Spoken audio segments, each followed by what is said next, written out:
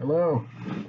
Hi, it's Henry. I'm back again with this Blue Review deal, and I'm going to talk about four more fairly recent acquisitions of mine, Blu-rays, and give you the rundown. You know how I liked the films, how I liked the Blu-rays themselves, the picture quality, and extras, etc. So I want to thank everybody. The people who gave me great feedback on um, the first episode, and especially Sean Lee Levin and Bill White and Tim Tolbert all gave me some really positive commentary that made me feel pretty good about moving forward with this vlog, part of the vlog, because I'm also doing the Flickr Street part, and I'll probably do some other adjunct things as topics come to my mind.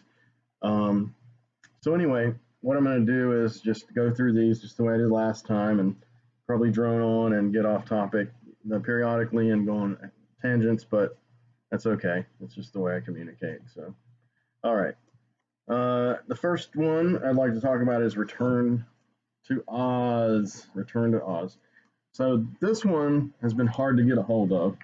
I've been wanting to upgrade it for a while, but I've been afraid to sell my copy due to the scarcity and prices of the Blu-ray, which apparently just came and went.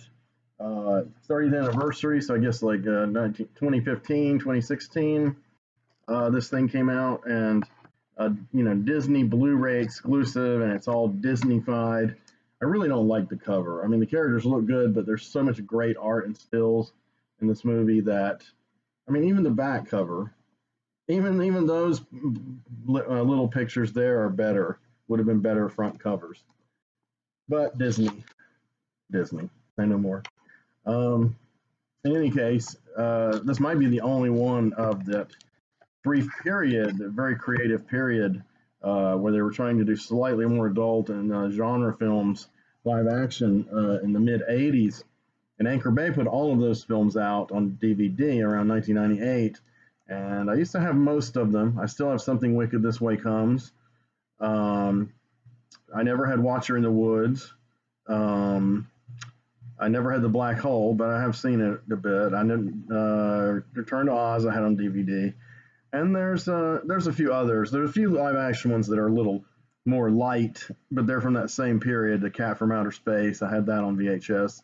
They sent it to me to review, and I didn't review it. I gave it to my mom, and she loved it. And that's a cute movie. But anyway, Return to Oz was easily my favorite, with Something Wicked being my second. And I'll definitely will upgrade Something Wicked when and if that comes on Blu-ray. They may already have a Disney Blu-ray exclusive 35th anniversary of that, coming out. Who knows? But Return to Oz. So when this thing came out, I first saw it reviewed on Siskel and Ebert. As I saw a lot of things for the first time, was exposed to a lot of things like George Romero and David Lynch, Liquid Sky, and various movies. And a lot of these movies, one or both of them, detested. And that's okay, though, because they still put them out there. They talked about Eraserhead and Blue Velvet extensively. And, then also as well, Liquid Sky, like I said, and Day of the Dead, and several other films that were out in that period, like early to mid 80s. I was watching at the movies quite a lot, every week with my dad and mom. So, in any case, Return to Oz was one that was on there, and smack dab in the middle of that period. And Ebert kind of bitched about it, as he was wont to do about certain things. He'd get very anal retentive about certain films. I mean, he lost his mind over Blue Velvet. Let's just call it like it is. He went cuckoo about Blue Velvet, and it was kind of embarrassing in hindsight. Though I think before he passed, he did amend some of his commentary. It's weird because he loved Eraserhead, and he loved The Elephant Man. I first saw The Elephant Man clips on Siskel and Ebert. So I watched that show for years. Anyway, I didn't watch it. I watched it when it changed, because they left the show, and the show was taken over by those two dumb guys, Michael Medved, and that other man who was okay. I can't remember his name though. Um, so they took over Siskel and Ebert's show, and Siskel and Ebert had their own show. It's just I'm pretty sure At the Movies was the Siskel Ebert original vehicle, and then they were replaced by other people. But I don't remember what Siskel and Ebert's new show was called. Maybe it was just called Siskel and Ebert. I could Google it, but not right now because I'm on the camera. So in any case, from about 1980 to say 87, I watched them almost every week and was exposed to a lot of things, and the vast majority of them were medium, mildly to medium to non-interested in, but I wasn't as big a cinephile as I am now. I really wasn't a cinephile then, to be honest. It wasn't my favorite artistic medium as it is now. That was comic books and literature and music, and all of which I still love. But film incorporates so many of those things together, the visuals and the sound and the movement. Um, I'm obsessed with it, obviously, from the way I drone on these videos. So basically, here's the deal. Ebert had problems with it because it was, I guess, he thought irreverent to the 1939 Wonderful Wizard of Oz film by Victor Fleming, starring, of course, Judy Garland and Ray Bolger and etc. So Margaret Hamilton. But in any case, I think that's his greatest strength, to be honest. I started reading the Oz books. Um, I kind of burnt out on the Wonderful Wizard of Oz movie at a young age. Again, it was a bit too commercial for my taste, but I didn't know how to express that then. I had a first cousin named Dee, and Dee was obsessed with it. And every time she would visit us or we would visit them, she would break out spontaneously into song from Wizard of Oz and prided herself on knowing all the lyrics. She was several years younger than me, so she was a pretty young kid at the time. I mean, I was like maybe 10 myself. So she was, and then her little sister by a year, Nikki, she also began following suit. They didn't harmonize very well, but that was kind of the way they were in all things in life. But essentially, yeah, I mean, I got sick of it really. My mom loved it, and my dad was kind of as he was with a lot of things. And, I don't blame him. That's kind of how I am about it now. I've gone from liking it all right to hating it to being and that's, where I'm at. Uh, I think it's I think because of the year it came out and the color cinematography and the imagination of the set design and the way it was done sans the story and music. But I think those big visual elements of it, it was a big event movie for 1939. And ironically, the same director, Victor Fleming, did Gone with the Wind the same year, which is also a, a Technicolor epic, albeit a lot longer and more serious than Wizard of Oz, and a better film, definitely by far. Um, so I don't know, man. That guy, he's gone down in history. He really kind of changed the game here. I think he kind of maybe single-handedly created the blockbuster genre that didn't really envelop us all until Star Wars came along, like almost 40 years later. Um, but in any case, I didn't like the music or the songs. They weren't my thing, and I've never been into show tunes. It's just not. It's just not my whatever. Rock musicals, rock operas, whatever. Uh, you know, anything like that. I mean, if you had a modern equivalent, I don't know, maybe a prog rock opera, a black metal opera, uh, you know, black metal tunes on Broadway, that'd be fine. Um, Free jazz, perhaps. But the show tunes didn't cut it with me, and I respect the talent and effort that goes into things like that, and especially when you have a visual spectacle like Busby Berkeley and stuff like that. But it's not my thing. So that was a disconnect with me with Oz, the 1939 film. I had no idea that it was a remake. I had no idea that it had been made. It had been made a few times, and other books in the series of Oz had been made before then. I really, at first, barely knew that that movie was based on one book, much less that there was a long series of them. Uh, I was trivia obsessed even then, so I didn't know L. Frank Baum was the writer of the book and creator of the characters in Oz.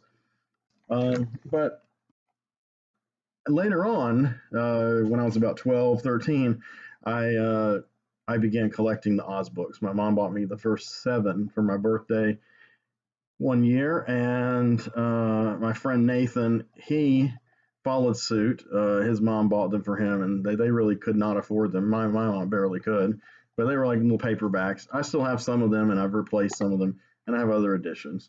I'm obsessed with the series of Oz. I love L. Frank Baum's work. I think Oz is one of the greatest creations wrought by humans, and I think that it's a mythology that will continue to fascinate us for centuries if we're around that long. And it's already been over a century. I mean, I believe the Wonderful Wizard of Oz, the book, I believe it was published in 1901, thereabouts. And then, he followed suit regularly, and a lot of it was by demand. These children, at least that's what he would say at the beginning of every book, is that he didn't think he had more to tell about Oz, but these children, begged for more and more. They want to know what happened to these characters, and so he would kind of get his little telepathic hookup with Oz going, because he sort of did the conceit of it's real, and he was like tuned in, kind of like Edgar Rice Burroughs did with John Carter of Mars. Like John Carter's my great uncle, and I went into his mausoleum, and I found him alive, and this is what he told me about Mars. A lot of writers used that back then, and fascinating. Really interesting. I love it, and that's kind of made its way all the way down to subgenres like the found footage films. Um, so in any case, Oz was a big deal in the 19th, early 20th century. I didn't know that though until much later. So I read the first 7 books and I was obsessed with them. I thought they were amazing. My favorite was Patchwork Girl of Oz. The artist on The Wonderful Wizard of Oz, W. W. Dinslow, was very good, charming, absurdist, cute. But when John R. Neal took over the illustrations of the second book on and had probably 2 or 3 dozen books in a row illustrated, even wrote some of the later ones after Baum passed, uh, it was taken to another level.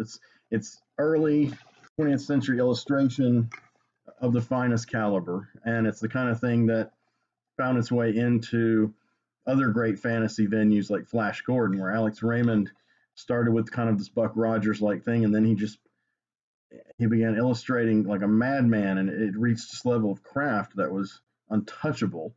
But for its time and for those books, that's what John R. Neal was to Oz, and that he still is to me one of the greats. And so what I noticed was they weren't anything like that movie.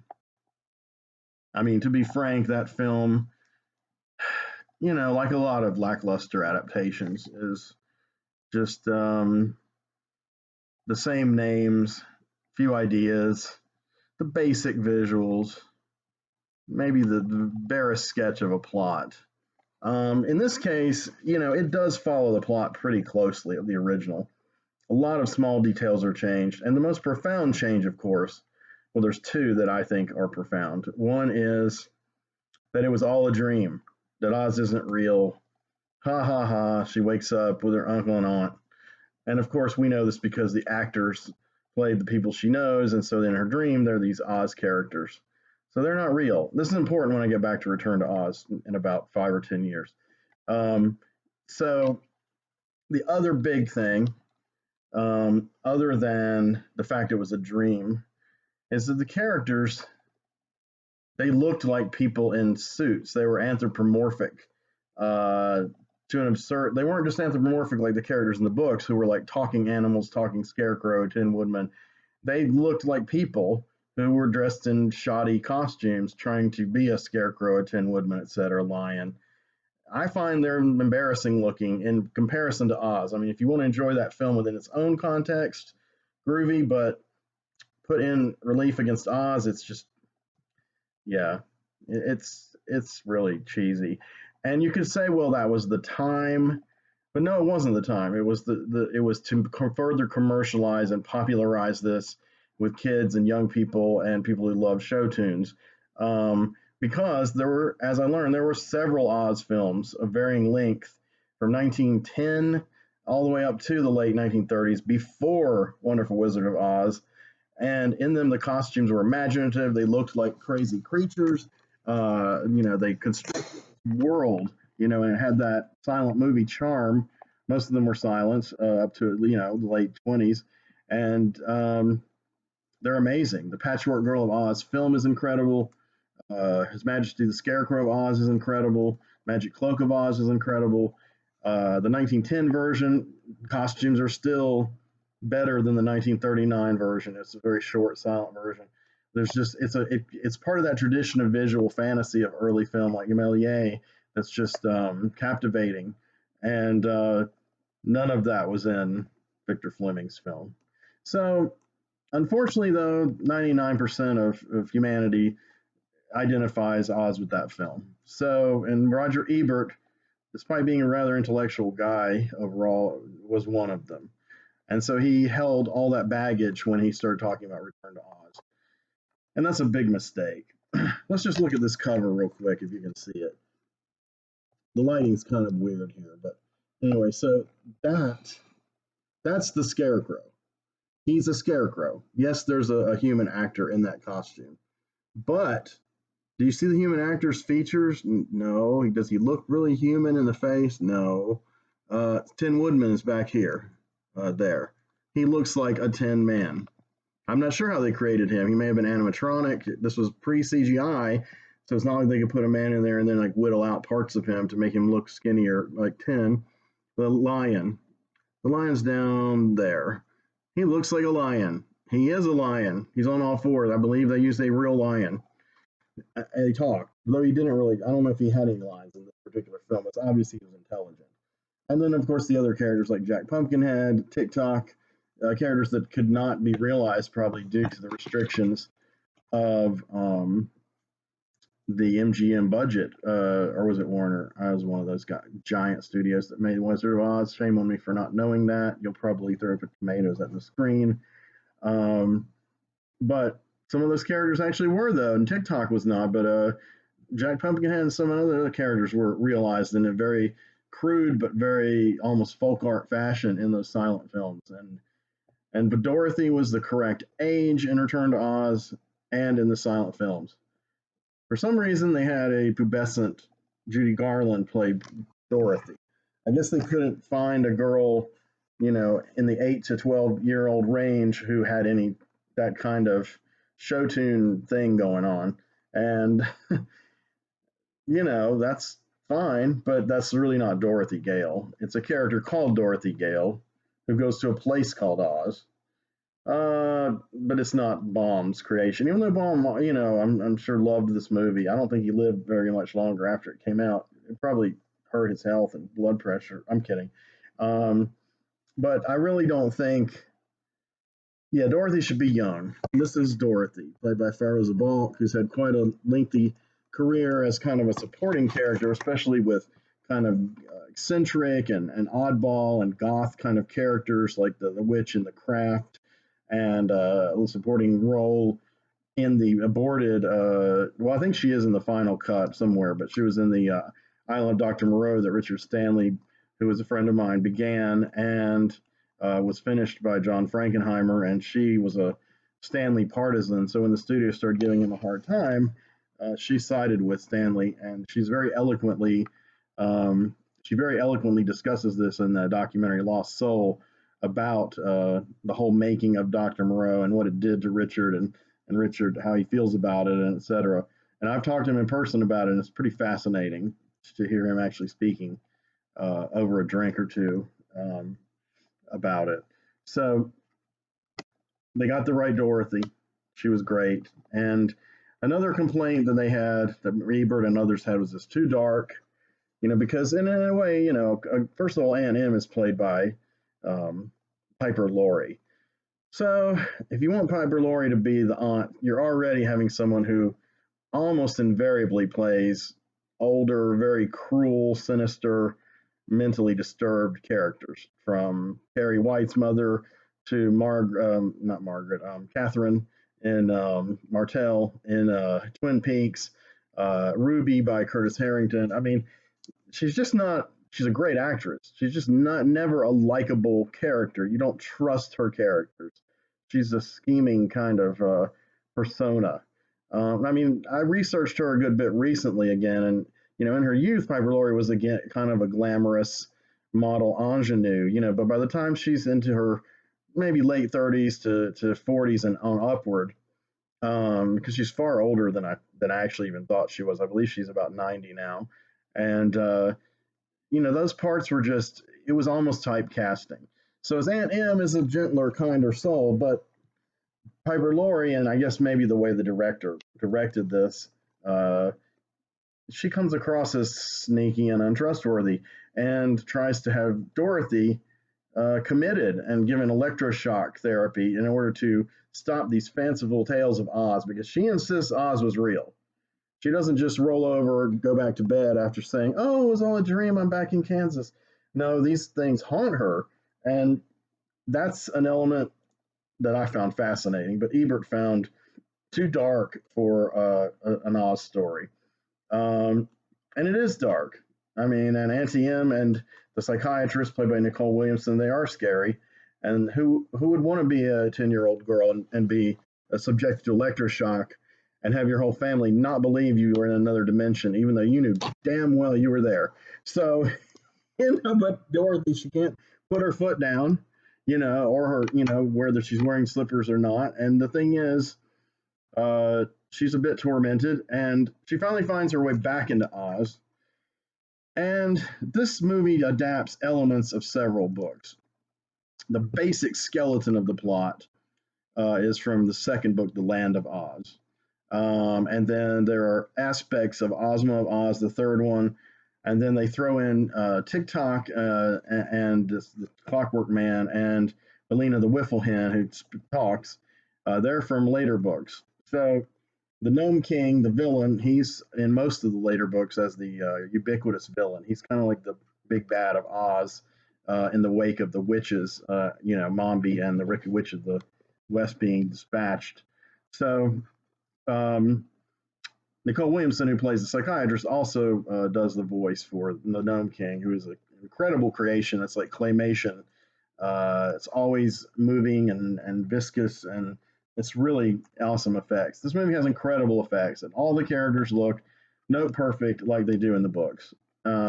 When you finally meet Ozma of Oz, the rightful princess of Oz, who was deposed by the wizard in the books, of course, the wizard was not even from Oz. He was a charlatan from Earth. Basically, it's a magic moment. Pardon the pun. Maybe that's obvious, but Ozma is an icon of the Oz books. To Oz fans like myself, you see Ozma and you're like, man, it's not like love at first sight, but it's this she's this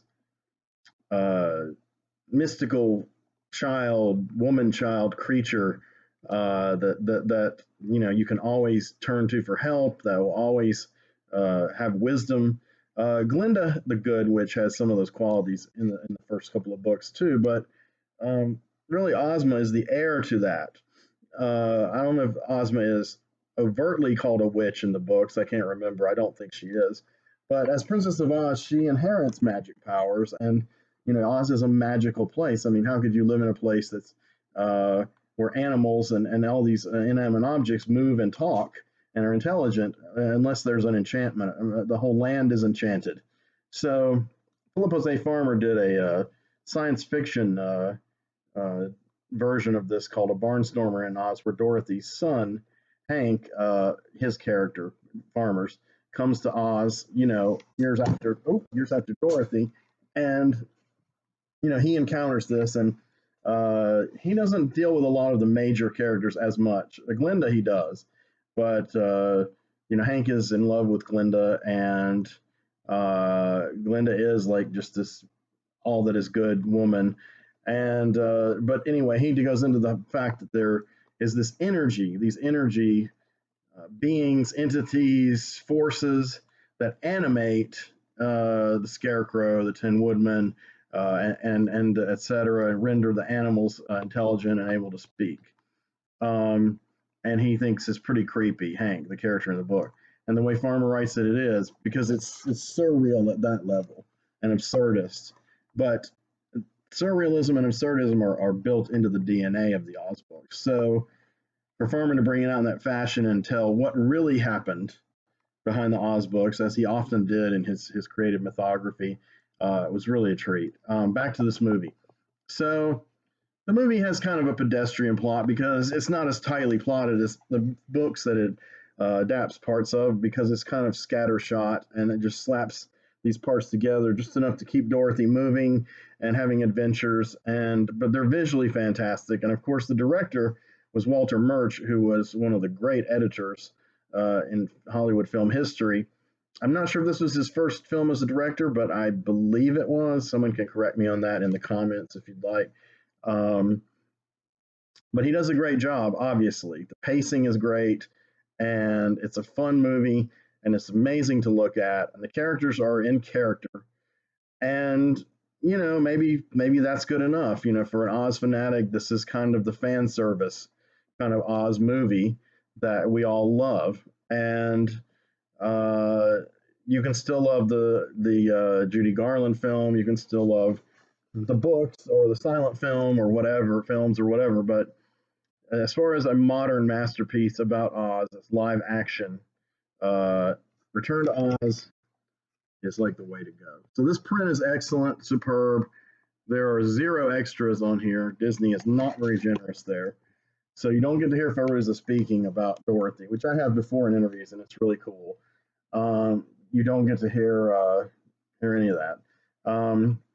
So that's the first one down. I recommend it if you're an Oz freak like me of the books and the source material.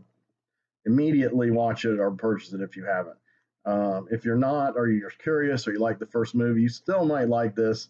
Roger Ebert be damned.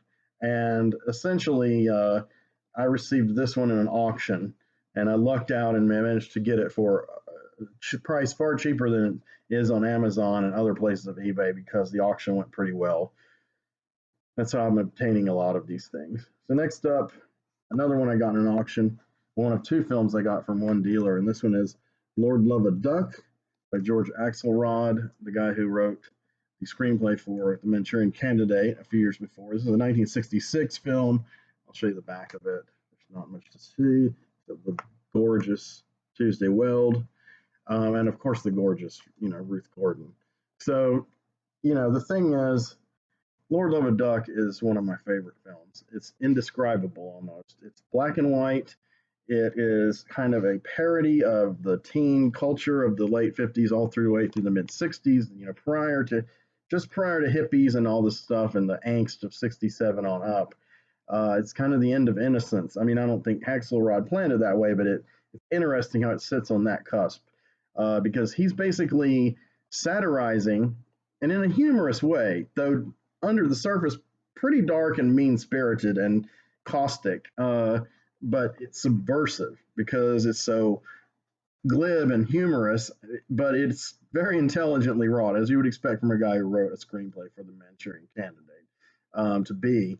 And, it's like it's a parody of these teen films, like the beach films, like Frankie Avalon and Shelley Fabares and all that stuff, and also of probably a precursor to the kind of films AIP was doing, American International, because they kind of segued from like the beach films into, things like the biker films and other genres that they kind of churned out many, many installments of. And, some of them were pretty dark and interesting, but some of them were pretty light and silly, but fun, but especially true of the beach films. They're pretty much just fluff.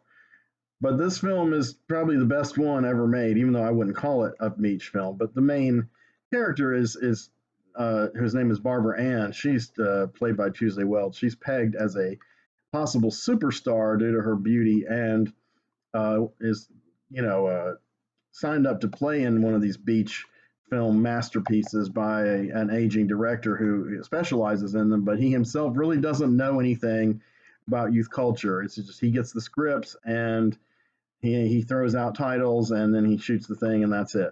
And then he's rich. So, and he has a much younger Beach Bunny girlfriend who is annoying and has a catchphrase that she says over and over and over again. And you're such a drag, and it's funny maybe the first 25 times. After that, not so much.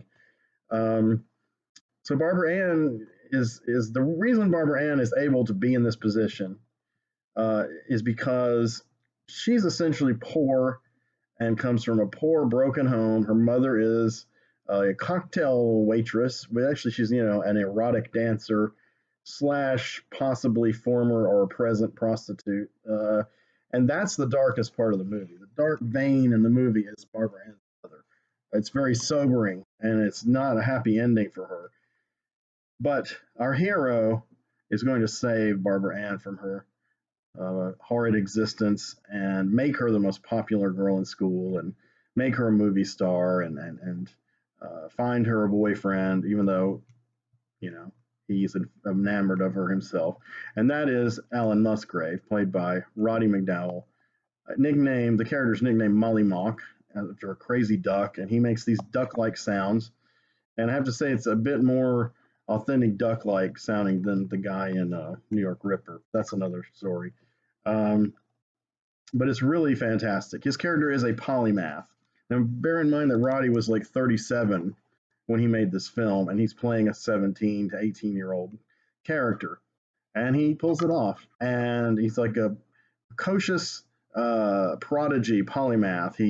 He's brilliant at everything, and he can take on the big muscular bullies because he's a master martial artist, and he has keys to everything. He steals and collects keys to buildings and other places, and it's all symbolic because he has the key to everything. The key meaning he can gain egress into anything that he desires, and he's going to do it for Barbara Ann. He's her key to a world that is like her fantasy, away from her depressing, glum home life. Um, Roddy McDowall is brilliant in this movie. As Roddy McDowall is often brilliant. I mean, as Caesar and his father Cornelius in the Planet of the Apes films, he's behind all that makeup.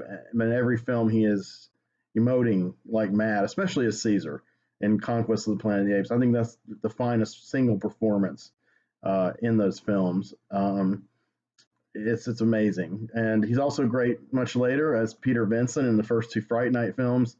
Just a fantastic character, and many other films. And of course, he was a great child actor in How Green Was My Valley and My Friend Flicka. He grew up with Elizabeth Taylor, and he was a Hollywood baby.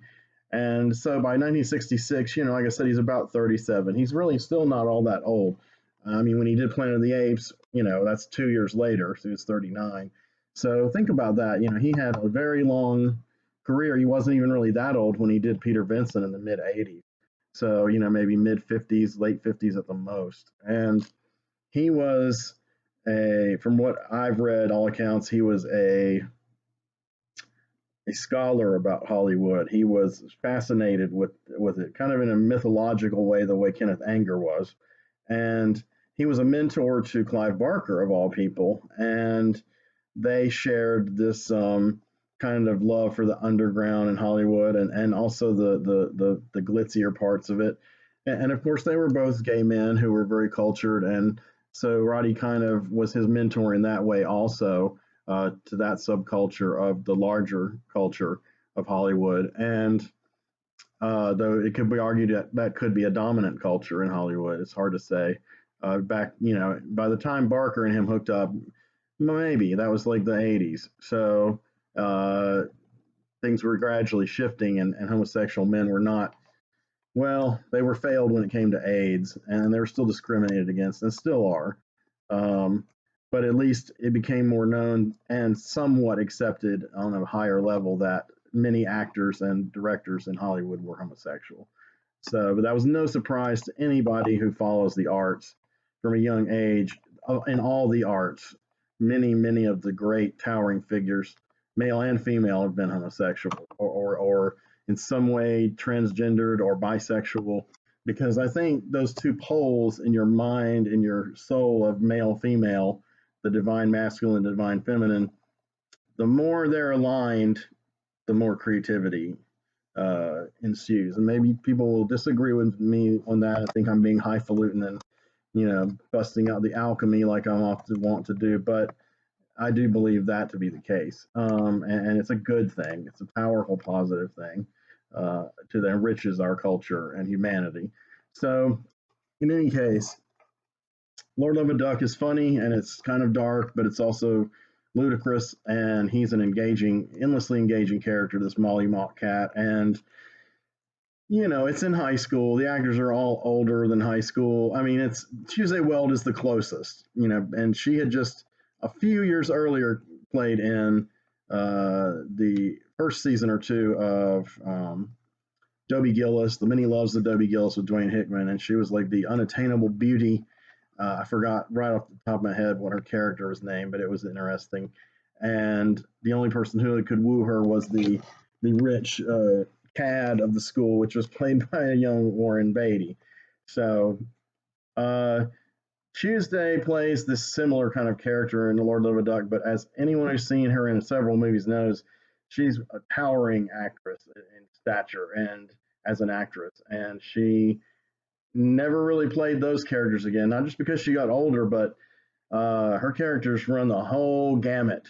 That woman could play anything, in my opinion. I think she's absolutely brilliant. Not only stunningly beautiful, but just a fucking genius of acting. So, in any case, I love this movie. I recommend it. One other thing I didn't mention is Ruth Gordon plays in it. She's the mother of the guy that Molly Mock tries to hook Barbara Ann up with, the popular, the kind of semi-studly, semi-intelligent, popular guy on campus. And he's a total moron. And of course, Molly Mock comes to resent him. And he finally decides that the way to deal with that guy and people like them in high school is to murder them. And in that sense, this film is a strong predecessor to Heathers. Heathers is kind of like Massacre at Central High and Lord Love a Duck in a Cuisinart and in the 80s. And that's the movie. And I love Heathers. I'm not saying because it's derivative, highly derivative, that it's in any way a bad movie. It's actually a classic. But so is Massacre at Central High, and so is Lord Love a Duck. So let's move on to another film here. We're going to talk about one more film, and then I'm going to wrap up. This is called Dangerous Game by Abel Ferrara, and you may know him as the maker of King of New York, Ms. 45, New Rose Hotel, The Addiction, any number of films. Go-Go Tales, Pasolini, Welcome to New York, The Driller Killer, Cat Chaser, China Girl, Fear City. I'm sure I'm forgetting a lot of great ones. I've seen almost all of his films. I haven't seen Cat Chaser. I haven't seen Go-Go Tales or Pasolini, but all those others I mentioned I have seen, and some others as well. And he's one of my favorite filmmakers. He's almost always dark. He really revels in the murky kind of underbelly of society, of urban life, especially in New York and that area. And he always chooses actors of amazing caliber to explore these kind of heavy psychological states. Oh, The Blackout, that's a great underrated one he did with Matthew Modine. Matthew Modine's best performance. And but there's always a darkness and a decadence, and there's also via him and his screenwriter Christopher St. John a religious Catholic strand. Oh yes, probably his most infamous film that I forgot completely, The Bad Lieutenant, which really is about a totally corrupt police officer's attempt at redemption through this kind of Catholic iconography. And Another collaborator of his, besides Christopher St. John, was Zoe Lund, who wrote The Bad Lieutenant with some of Ferrera's abetting, and also starred as Thana, meaning death, in Ms. 45 as the mute seamstress who's raped twice in a day and then finds a 45 caliber gun and begins annihilating all males really. She tries to even kill the male dog, mainly because it's just an obnoxious male. Some males would be like, triggered by this and snowflakes, as they say, and they'd be like, oh, she hates all men. She's a misandrist. And I just think that's absurd because I'm a male and I fucking love that movie. And I think all the males in the movie are ridiculously pathetic. So I'm not worried that a fictional character is killing other obnoxious fictional characters. It's nothing to do with real life politics or gender roles. So a lot of people cannot differentiate though. Anyway, back to Dangerous Game, 1993, I believe. Could be slightly later, but Harvey Keitel stars, and of course he was on quite a streak then. This is after he did Bad Lieutenant for Ferrera, and after he did Reservoir Dogs for Quentin Tarantino, and he really broke after being kind of around in the New York acting scene for decades, and starting with Scorsese. He finally breaks big, in middle age, and really big. As far as big as in, yes, he becomes more famous, more popular, but his roles become more powerful, more heavy. He is like a method actor god, and this movie is no exception. He plays a film director who is kind of an Abel Ferrara surrogate character called Eddie Israel, who is directing a film starring a very popular, kind of annoying, super popular, iconic actress named Sarah, who is a lot like Madonna is in music and in film to a lesser extent, though she hasn't done as many. And of course, Abel goes with the most inspired stunt casting in history, and he cast Madonna herself as Sarah. So, and she's incredible because she's essentially playing herself, but she's playing. I mean, there's so many elements. It's like her character Sarah is struggling to act on a high level that Harvey Keitel, the director, wants her to, just like Madonna did with like Evita and girls like that. Um, Her character is very cynical and makes a lot of rather raunchy jokes, usually at the expense of males, and is very egotistical. The conversation must always revolve around her and her yes men, yes women, and their sycophants. And all of that seems very close to what I've always perceived Madonna's persona, at least up to that time, as that she has projected. She's a material girl, and she's pretty happy with being that. Um, some more artistically inclined people aren't really that thrilled with Madonna or her output, and that is reflected in Harvey Keitel's character because he's a bit enchanted with her at first, and then he becomes disillusioned, and he begins saying to her literally the things that Ferrero was probably thinking, but also a lot of us in the audience were thinking and have been wanting to say to Madonna half our lives. It's pretty damn blunt and on the nose, but it achieves something. It achieves this great performance from her character Sarah, and her Madonna, the actress, as Sarah playing Claire. So it's amazing work because basically the movie they're working on is like just a set bound kind of two actor, almost like a play. And James Rousseau is Claire slash Sarah slash Madonna's husband, and Frank is the actor. James Rousseau is the actor in reality. Frank is the actor character, and Frank is really a lot like the character he plays in the film, whose name I'm blanking on at the moment. But Frank is a dark, dark character. He's extremely decadent. He's hardcore. I mean, and he's lived this life with uh, he's lived this kind of method acting thing to where he draws all these dark things into his acting because he wants to feel them and experience them for real. And he does it to an absurd and just crazily self-destructive degree. And in this movie, of course, he's playing a guy who's extremely decadent, who's obsessed with promiscuity and alcohol and drugs and corruption, and just wallows in it and loves it. It actually makes him feel great, and he's unabashedly proud of this. That's the character. Frank in real life already has this streak in him, obviously, and so he becomes enveloped in taking this role on and inhabiting it. He begins becoming even more wild, mean, decadent, crazy, and sexually and drug obsessed. And these three characters play off of each other. It's this weird triangle because they're all testing each other's limits. Of course, both men sleep with Sarah slash Madonna, and she is fine with that too because she's testing them. They're testing her on all these levels. Her as herself, her as what she's like. Is she really all that, but underneath all this fame? Her as the character Sarah. Can she play this character? Can I interact with this character as a character? That's what Frank does. And then Harvey Keitel is sussing her out, but Keitel becomes a little infatuated with her and starts to think she's a lot deeper person than she is, and it backfires, and it's his own fault. And then we start learning his own inner darkness toward the end, and his marriage and how it's falling apart. And another stunt casting in this case, his wife is played by Abel Ferrara's wife, and you can tell she's not really that much of a trained actress, maybe less than Madonna, but that naturalism works because you're so used to seeing these amped up emotions played out on this faux film set. And so you see someone who's really being cheated on by her husband, Harvey Keitel, and wronged, a really kind woman. And her reaction is a little more flat and rote and plain, but still earthy and authentic.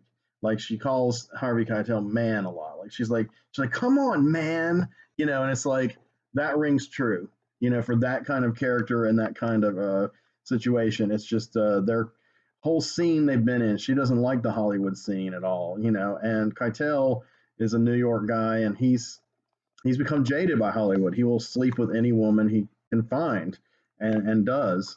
And you don't really realize all this about him till at least 2/3 of the way through the film. So I'm giving a lot of spoilers away. By the way, yeah, if you watch my stuff, you're going to have a lot of spoilers. So if you hate spoilers, don't watch my videos. So anyway, this movie's incredible, powerful. It's dark. It's interesting because he films using different stocks. There's lots of technical behind the scenes stuff where Abel making Dangerous Game bleeds into Eddie Israel making this film, which I'm not sure if it even has a title. I might have totally went over my head the several times I've seen it. This was the most intense watch I'd had. It looks fantastic on Blu-ray, and it just barrels toward this just nihilistic conclusion like a few of his best movies really do. And I love it. I think Dangerous Game is Abel Ferrara's one of his great masterpieces, if not his great masterpiece, certainly his most underrated film by far. And I think his most overrated film is probably King of New York, but it's still brilliant and I love it. But it's one that's so popular and become iconic in the culture. This one is fairly unknown, and it had some problems with censorship when it came out. That even this Blu-ray has a rated and unrated cut. So other than for research purposes, who in their right mind would watch the rated cut at this late stage in the game? Because the 90s landscape was very different. You had Blockbuster dominating it, and you had to have directors like Ferrara with this film or Cronenberg with Crash partially neuter their films in order to get into this chain and get wide exposure on home video. DVD changed all that. It all got thrown out. But all of that came ultimately from underground bootleg video companies that were showing people the movies as they were intended to be shown. And there was so much, I guess, potential and money involved, potential money involved, that the studios began doing that when DVD hit. They began releasing these films the same way the bootleg companies had, as you intended to see them, except they looked beautiful and pristine and remastered. So if you told Henry in 1995, 96 that he would walk into a store in, say, 2005, 2010, because that landscape's changed too, like Borders or Tower or Media Play, and pick up for $15, $20 a film on DVD by, say, Jean Rollin or Jess Franco or Abel Ferrara, and have it totally uncut, looking beautiful, as opposed to a very dim, murky bootleg from 1995 that cost about $20 to $35 to get in the mail. I would have never believed this. I would have thought you were mad, surely. So in any case, those are 3 films. I'm going to cap it at 3. I was possibly going to do 4, but this has run extremely long. Thank you for your patience. I'll see you at some point in the near future with the 3rd Blue review, which I'll cover, 3 to 4 more Blu-rays and films and discuss them. So hope you've gotten something out of this. I know I kind of go off on tangents, and it's hard sometimes to as my ex-fiance used to say, reel him in, and that's true. Okay, so anyway, love you guys. Take care and talk to you soon.